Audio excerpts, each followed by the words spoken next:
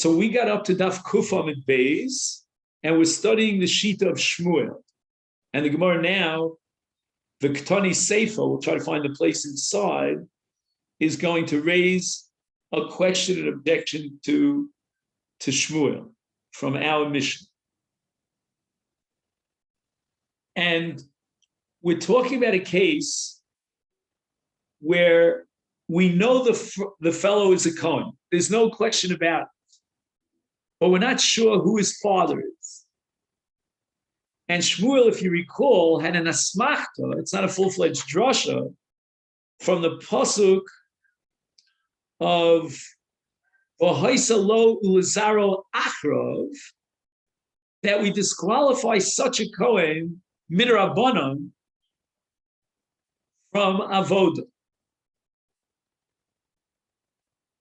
And the Gemara disproved Shmuel, but Shmuel backtracked and he said, my case is znus, right? Where you had 10 Kohanim lined up and there's a pnuya, an unmarried woman, etc., etc. We'll leave out all the gory details. And we don't know who the father of this child is, but it was a case of znus. And in that case, Shmuel said, we're going to institute this Rabbanan based on a smachta from the Pasuk Zara Achrov, and the child is Pasal Avod. Again, you could always ask the old philosophical question, why does the child have to suffer because of the iniquities of his father? I mean, that's a question you have to ask about Mamzerus in general. We don't know all the answers to that question. So the Gemara says, Ketani Seifa. Let's see if we can put our finger on the place over here.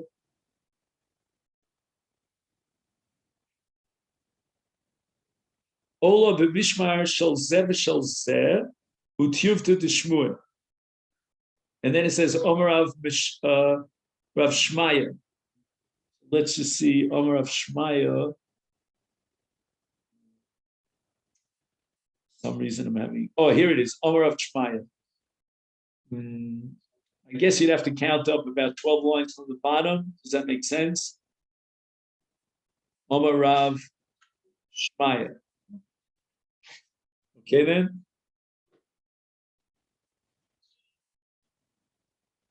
So in the Seifa of the Mishnah, let's just review.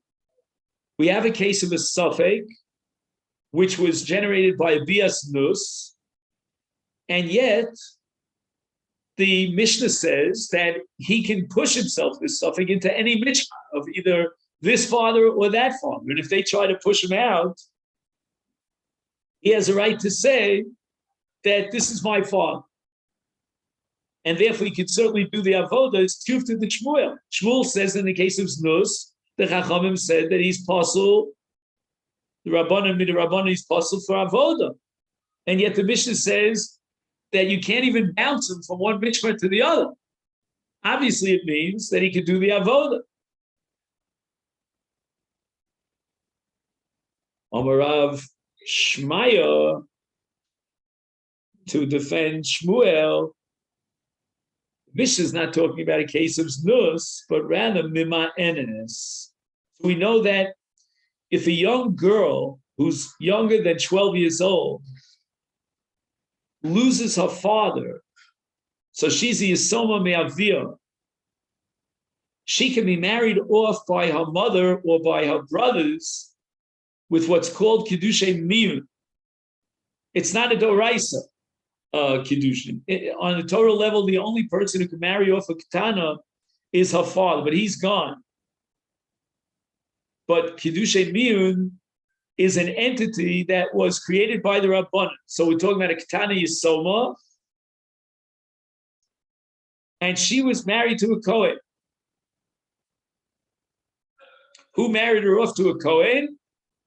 It was her brother, let's say, for example. Now she was mima'enes, and she says, she declares, I'm out of here. I don't want to be married to this man.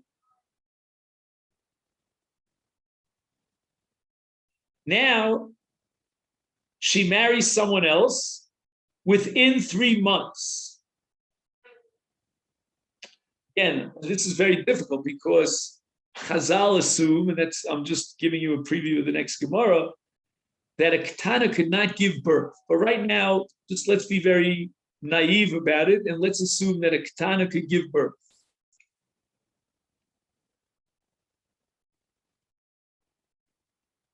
So she went ahead, this Mima Enes, and she married a second Kohen within 3 months of Mir. And we don't know, therefore, whether or not her first husband, again, when I say husband in inverted commas, right, her first husband is the father, or her second husband is the father.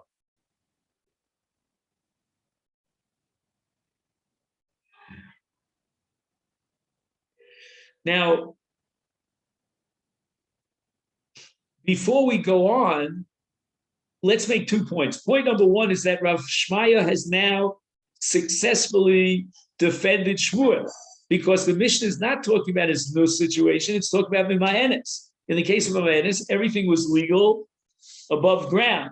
There was no criminal action on anyone's part, except for the fact that she shouldn't have got married within 3 months. That itself might be a criminal action. But as far as Znus is concerned, there was no Znus, because the Rabbanan recognized this marriage, and therefore there's no Bias Znus. So we've defended Shmuel. That's point number one. Now, point number two is to figure out in the Mishnah how this works out. For example, the Mishnah says that if one of those two potential fathers dies, then the son is in the state of aninus. That sounds perfect, correct? He doesn't know who his father is, and therefore he has to prava aninus if one of them died, because maybe that's his father. Now we talk about the reverse case. Let's say he dies, the son dies. And the Mishnah says that Shneim, both fathers, again, I use that word, right? Both fathers are onin him. And that could work here too, because nobody died in this case, right? Until now, we had to, we did all those mental gymnastics yesterday to figure out if her first husband died and then she married within 3 months the second husband, the second Kohen, how could it be Shneim onin him if her husband died?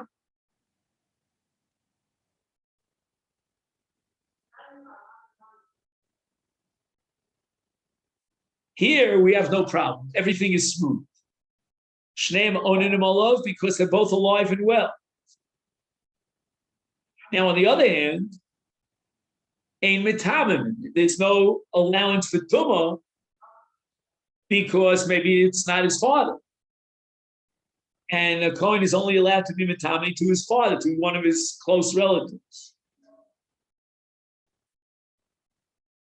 But the Gemara has a problem, as we indicated earlier. Is it feasible? Can we recognize in the world of Allah the possibility that a Ketana could give birth?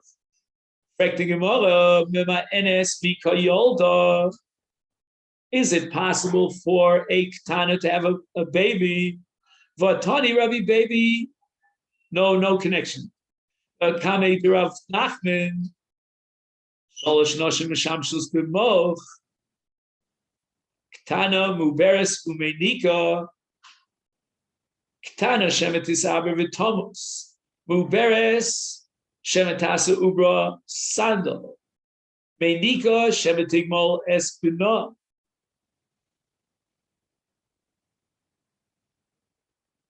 V'Yamus. See the amazing significance of nursing. But again, it's different today because they didn't have Materna back in those days. But Materna is a company name? I forget. Yeah, Materna is a company name. So what would you call it in a general sense? Formula. Excellent. Formula. I forgot that word. So again, we're going to allow for a moch, which is what we call today contraception, in 3 cases. Now, let's go through the last 2 cases. We'll come back to the first of the 3. Mu'uberes, we're afraid that she may become pregnant and she's already pregnant, and the two embryos in her body are going to fight for existence, she'll die. It's danger to her life.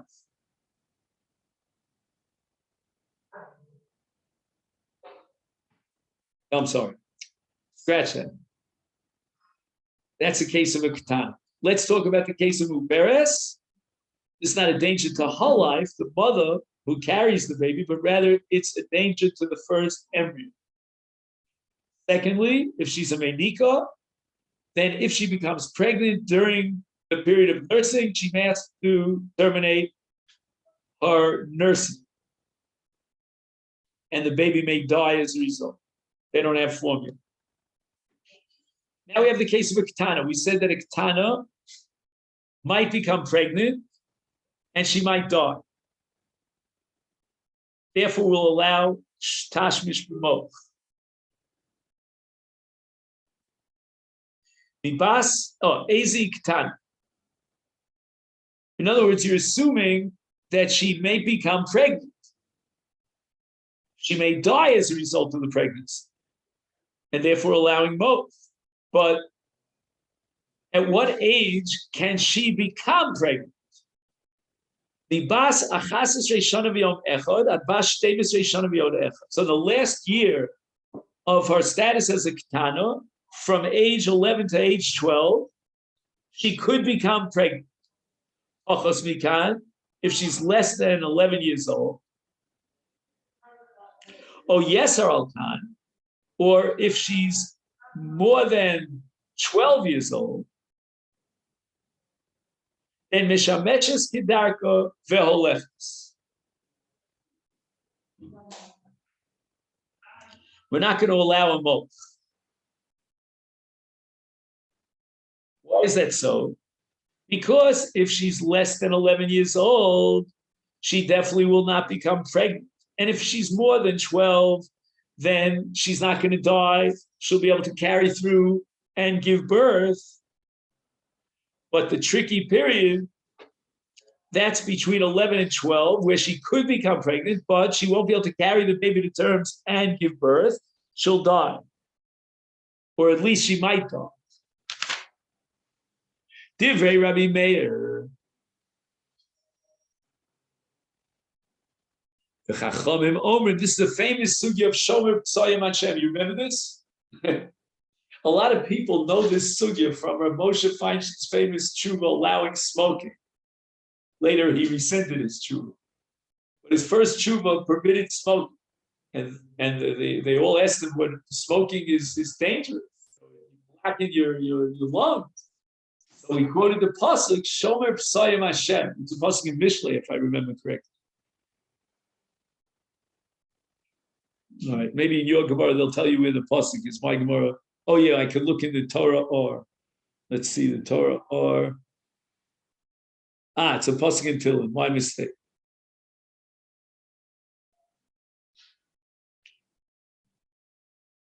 So the Chachamim are opposed to using a moch. Why? Achazu v'achazu mishameshes kedarka v'oleches u'neshamayim yirachamu shenemar shomer p'sayim Hashem.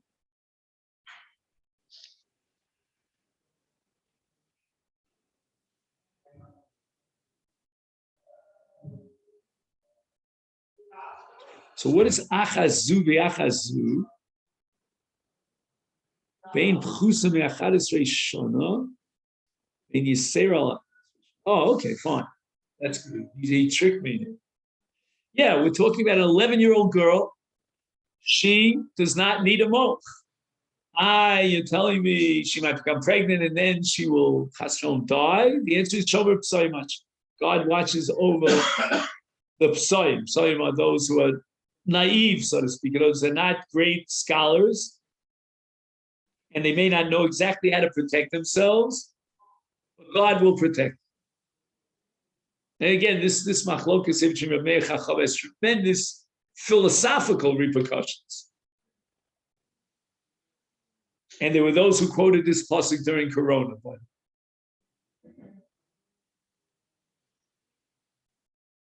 In any event, what do we see here? it's clear that a ketana could not survive childbirth. She can become pregnant as a ketana from the age of 11 and one day on, but she will not be able to give birth to a viable being without dying. Now again, I'm not exactly sure why the Gemara assumes that. It only says Shema Tisaber V'Tomas, but I guess the Gemara is reading it Shema Tisaber V'Tomas. She may become pregnant, and if she does become pregnant, she will die. So if that be the case, we're in trouble with Rav Shmaya, because Rav Shmaya said that our Mishnah is talking about Mima'enes, and she had a child from one of these two husbands when she's a ketana, because by definition, Mima'enes is a ketana. How could she possibly be a mother to a child if she's a ketana?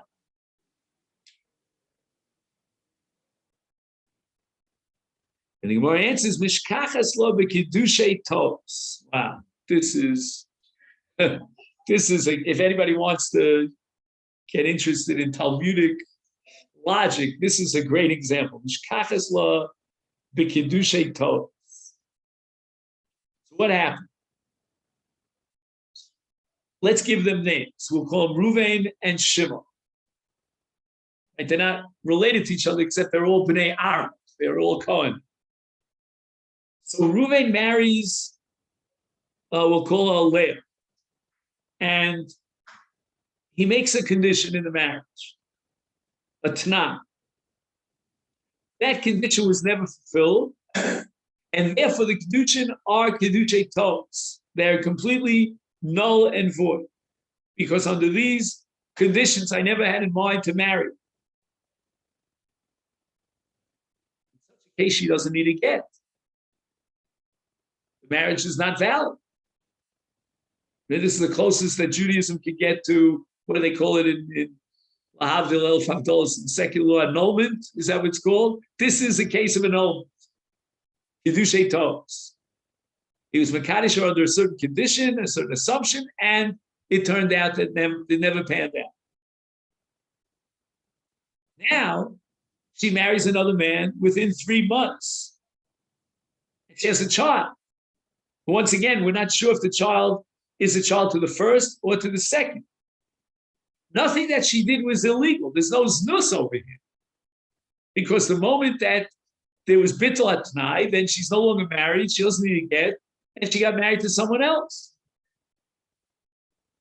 The only illegality here is that she married without waiting the 3 months. So now we have a son, we don't know who his father is.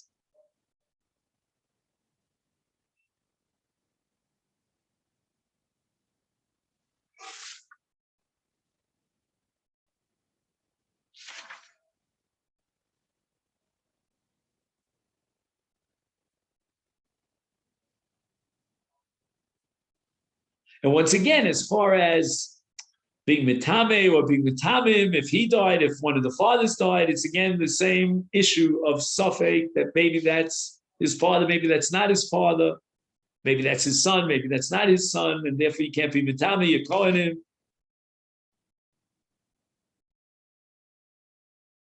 And the concept of onin and all of is fine because everybody's alive and well, nobody died.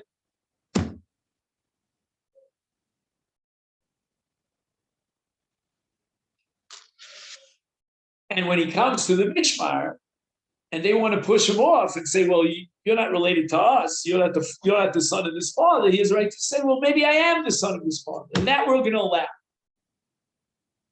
Shmuel says, if we can't identify the father, then the Rabbanim made Xer and he's Pasal Avoda. How can he join each Mishmar? The answer is because there was no Znus. And if there's no Znus, then Shmuel said they didn't make the Xera to Pasal him for the Avoda. That finishes up our discussion. Yes?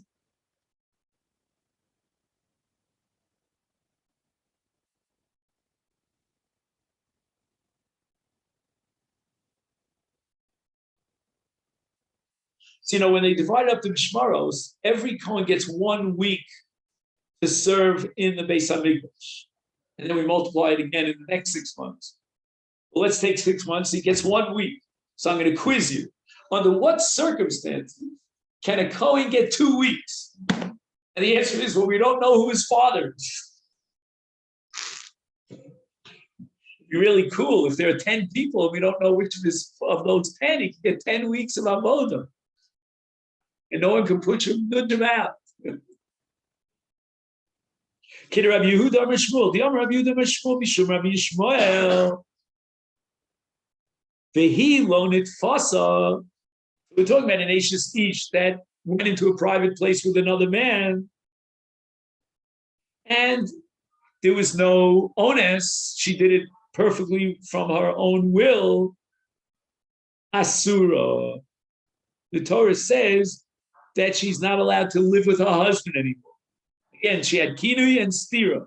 He told her, don't go into a private place with so-and-so, and she violated his kinui, his warning, and we have 2 Eidim that testify she went into a private place. And the Torah says we have to bust up the marriage. She can no longer live with her husband. But hanitfa, so let's say there was an onus happened. Somebody raped her, somebody forced her. Muteres, she's allowed to live with her husband. Again, that's not going to apply in the case of a Kohen, but in any event, so the pasuk says vehi lo nitfasa, and we're going to darshan that in her case, since she has kiddushin gemurin,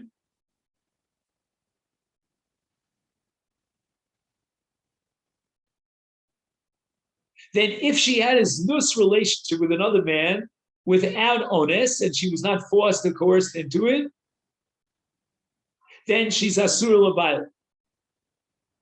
V'yesh lecha acheres she'af al pi shelo nitfasa muteres. There was no onus. She had his nus, and we're going to allow her to remain with her husband. How could that be?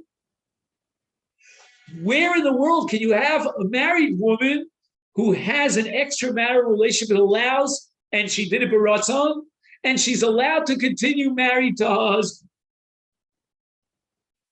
As Rabbi Yishmael, zu kiddushay tos. Could you imagine a woman is married to a man? She has children from this husband. We have no reason to suspect that the marriage is invalid.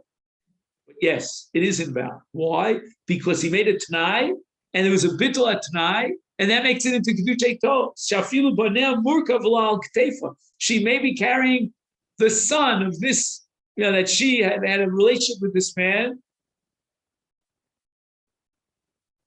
is mima'enes v'oleches lo. Again, we're not talking about a ketana here. Don't get the misimpression here. Mima'enes is usually referring to a ketana. Here, we're not talking about a ketana. Mima'enes just is a phrase that means that she doesn't need to get, like a ketana whose mima'enes doesn't need to get. I'm up and out of here. She just walks out of the marriage. And why is that? Because the marriage is a kedushei tos.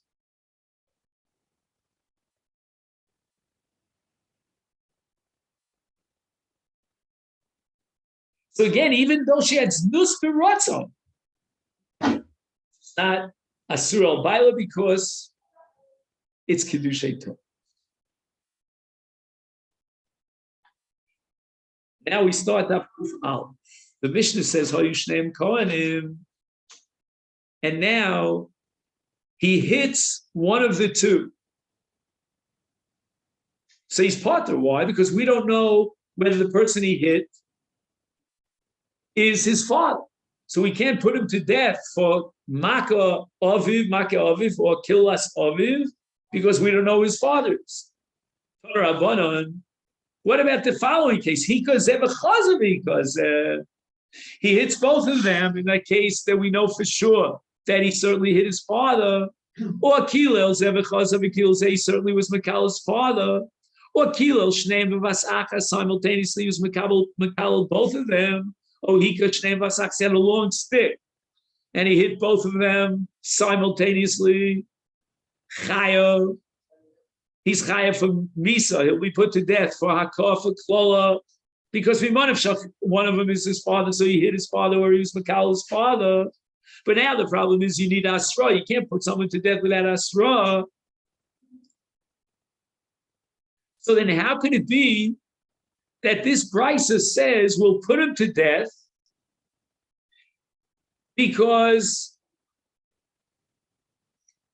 he was definitely Makkah of, yeah, but we don't know which one is of it. So every time you give him Asra and you say, well, don't give Akkad to this fellow because he's your father, well, let's Asra Suffolk. Maybe it is his father, maybe it's not.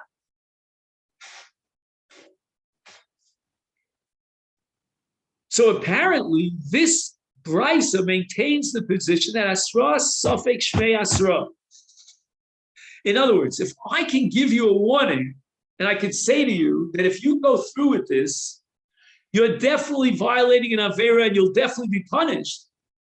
Such Asra is valid, even though when we break it down to its component parts, it's Asra Safek, but Asra Safek in this case is valid because we know for sure that he violated this Avera, whether it's Hakah or Klo.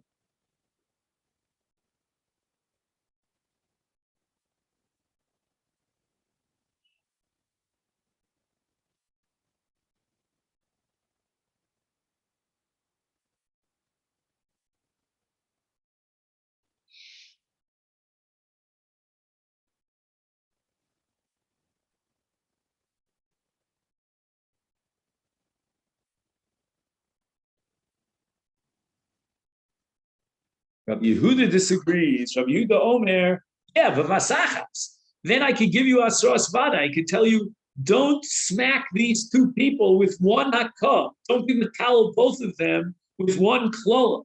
That makes it into a asras vada, and you're chayav. But Bazecher said the first case of the brisa, Chachamim, according to the accusation of Rabbi Yehuda, crossed the red line. He's definitely part of this case. That's asras something because neither hakah, whether it's hakah of A or hakah of B, can be asras vada. So whereas the Tanakama holds hasras suffix shmei asra, it's a valid asra, Rabbi Yehuda says no, it's not a valid asra.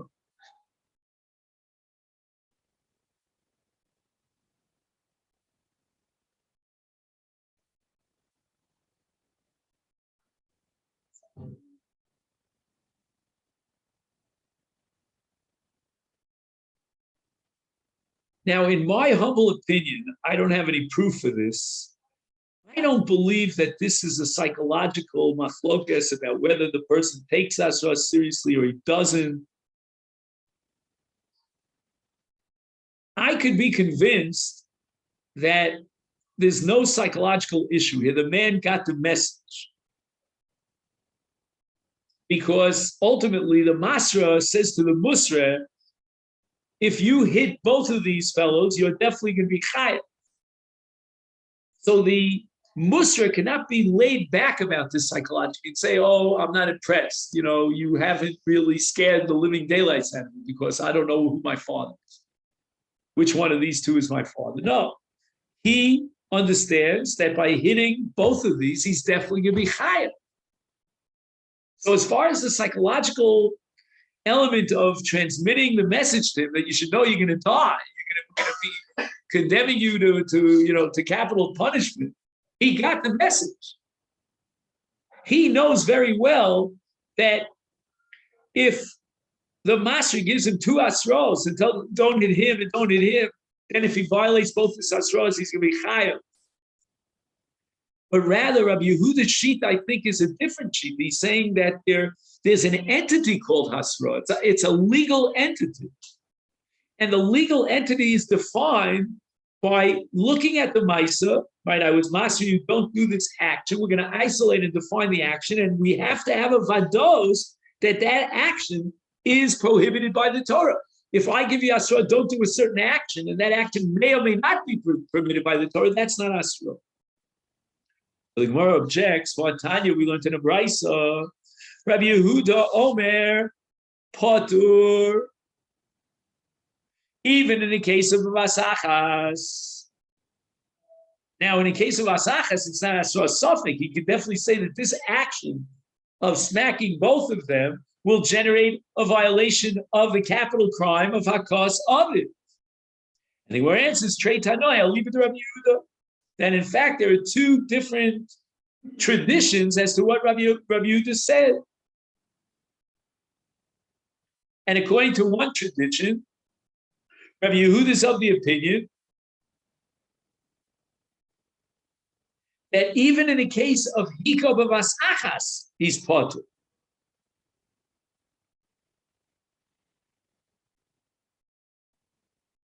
Why? So when I ask my time of demand of potter, why should it be potter in the case of vas achas? Om Rab Chanina, Nemar brach. Bracha is a euphemism here for klol. Lemata, v'nemar bracha lemal. Right, you're enjoined from cursing your parents. That's called lemata, and you're enjoined from cursing the Almighty, lemal.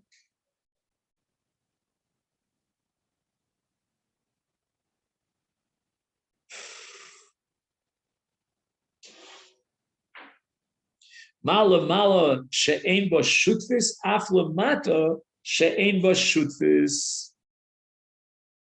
When the Torah says ish ki yikalel elo ka v'nasach cheto, the Isser of Kilas Hashem, it's ein bo shutfis.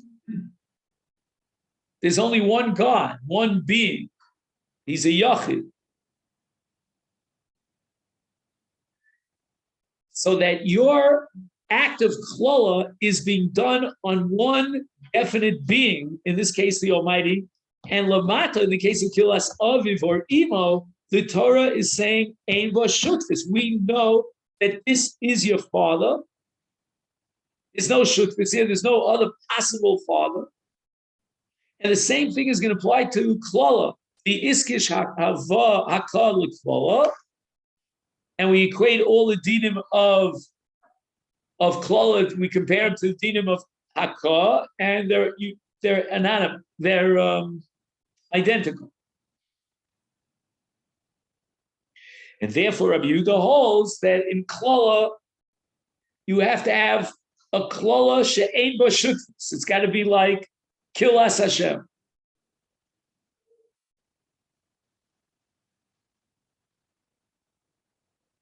So, Rabos, I just want to ask you, just yay or nay. Should we finish the perek, or you want to stop now? Let's finish the perek because Steve is on a plane, so at least you'll be able to say that we finished the 11th perek of Yevamot. It's not that we learned all the first 10, but anyway. The olam b'mishmaro shel zev eino cholek. V'chi me'achar de'eino cholek lama ola. You're not going to give him part of the kosher. That means he's not a Kohen HaOved. If he was a Kohen HaOved, then as a result of his service, he merits getting a part of the kosher when they divvy up the kosher. So you're telling me ain't no cholek, and then you tell me he's Ola, he has rights to do the avodah. How can you tell me he has rights to do the avodah and then deny him the chelek of the kosher that is his? So the Gemara says, I don't understand your question. What kind of kash is that? It's a klutz kash. You ever hear that phrase? A klutz kash? Lama ola. Why does he do the avodah? Ha'amar be'ina. He claims he wants to do the avodah. The nevid b'mitzvah. He wants to be part of the mitzvah of avodas hamikdash. Again, even if he doesn't have the monetary rights to benefit from that avodah, we're not going to give him a chelik of the kachim because the other members of the Yatshay Mishpah are going to say to him, Hamotzi v'chaver raya. But that's only as far as Mammon is concerned. That's one dimension. But as far as the dimension of what we call ritual law or fulfillment of the mitzvah, he demands the ability and the rights to be an oved, to fulfill the mitzvah of avodas kodesh. Ella, so the Gemara now retracts its original kasha and reformulates the kasha. Allah lo ktani ella olen. Bal Karcho. What bothers the Gemara? It doesn't use the term Allah b'mishmarto shel zeh, but rather Ola. Ola means he has no choice in the matter. he is compelled to do the avodah. If we would have said Allah in the Mishnah, I would have no problems, because Allah means that if he wants to, on his own push, he could be Ola to work in the Mikdash with this Mishmar. And he's motivated to do so for the sake of the mitzvah, and he's mevater on what we call cholik.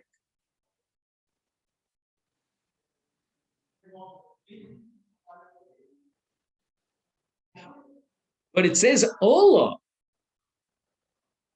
Why do we force him to go up and do the avodah? Omar of Achabar Chanina, Omar of Baye, Omar of Asi, Omar of Yochanan, Mishub Gam Mishpacha.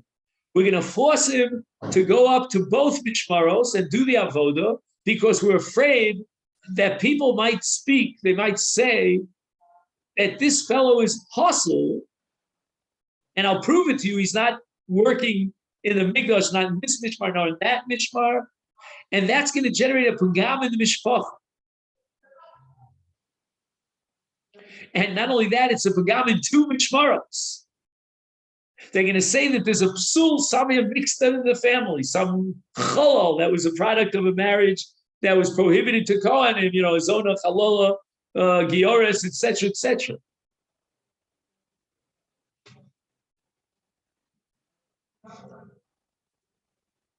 So therefore, he's going to be obligated, for the sake of protecting the integrity and the status of his mishpacha, he's going to be obligated to do the avodah. This is almost like a Mussar shmuz, from Rabbi Yisrael Salanta, the founder of the Mussar movement. You're saying, well, I don't want to do the avodah because I'm not in the mood, and I don't want to push myself into this mishmar or that mishmar. Yeah, but you're very nice, but it's al cheshbon. Well, what impact is going to have on your family? You have to consider that too.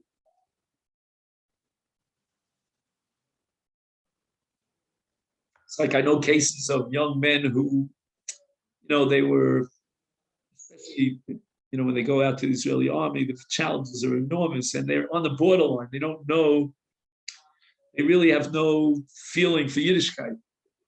They want to drop the ball, what do they call them? Off the derech, But some of them, I'm not saying it's common, but some of them will decide, for the sake of my family. Imagine you send your son out to the army, and he comes back and he's not wearing a yarmulke, you know what I mean? The father could have a heart attack. So for the sake of the father, and then years later, I met such a young man on this trip I went to Kiev, to the Ukraine, and he told me his life's history. He was in the army. He was just inches away of throwing it all over. But he kept seeing the dmus shalom. So you have to consider the pagam mishpacha. Later on, not long later, he realized that today he's like super from. The Mishnah says in Hayu Shneim b'Mishmar notel chelek echad ma'ishna shnei mishmaros delo. In other words, if there are two mishmaros and he comes to each mishmar, they each push him off to the other mishmar. They say, "Well, you're not shy to have mishmar. You're not the son of this father." The azalahu mishmara umatchile. Each mishmar is going to push him away. The azalah mishmar, you go to the other mishmares, the other mishmar, and then they're going to push him away and say, "You don't belong to us." Who is mishmar echad nami? Let's say, in a case where there's a suffix who his parents are, right? And he goes to one mishmar, again, we should be able to push him off. Why? Because azalahai base av umadchile and etc. Azalahai base av umadchile. He says, Yidchu oso v'yomulo shu shaykh lebeis av acher. Ochen yidchu oso b'nei bais acher, b'nei av ha'acher. Madua omra Mishnah shimhemi mishmar echad. Hareze notel chelik b'kodsh. if the two fathers belong to the same mishmar, then Mimanavshach has a right to kachim. Why is that so? When we go back to the base Av, correct, because each mishmar is made up of 6 batei Av. And when we talk about the division of the chelkei ha-karban, each base Av gets its own portion. So in terms of the general mishmeres, he definitely has a right to say, I'm part of the mishmeres, but what about the case of base Av? They could reject him because we don't think you belong to this base Av. Amar Papa Hachika Amar, Im Hayu Shnei Mishmar Echad U base Av Echad, Notel Chelek Echad. If both of these potential fathers, we cannot identify for sure which one is his real father, but both of them belong not only to the same mishmeres, but they also belong to the same base Av, because the mishmeres is divided up into 6 batei Av, and both of these fathers belong to the same base Av. In that case, then he's notel chelek echad, he gets a chelek because mimanavshach, whether it's I'm the son of this father or the son of that father, they all belong to the same base Av. Hadron Olecha Nosin Es Hanusa Mitzvus Chalitza Bishlosha Dayon. Okay, then, so B'li Neder, if we can, I'd like to choose a perek in Yevamos. I'm not sure that I'm going to choose the 11th perek, the 12th perek. It's Chalitza. And the reason why I shy away from Mitzvus Chalitza, because I took a shot at it, and there's a lot of very technical halachas. Like, for example, Gemara has 15 different types of shoes and tries to figure out which of them, they were each manufactured differently, the skins of this and that, grass, and which of them constitute a na'al for chalitza, because the Torah requires a na'al for chalitza. So, I don't know, I might just shy away from that term. So we'll think about it over Shabbos. Take this opportunity to wish everyone a wonderful Shabbos Parshas Vayikra.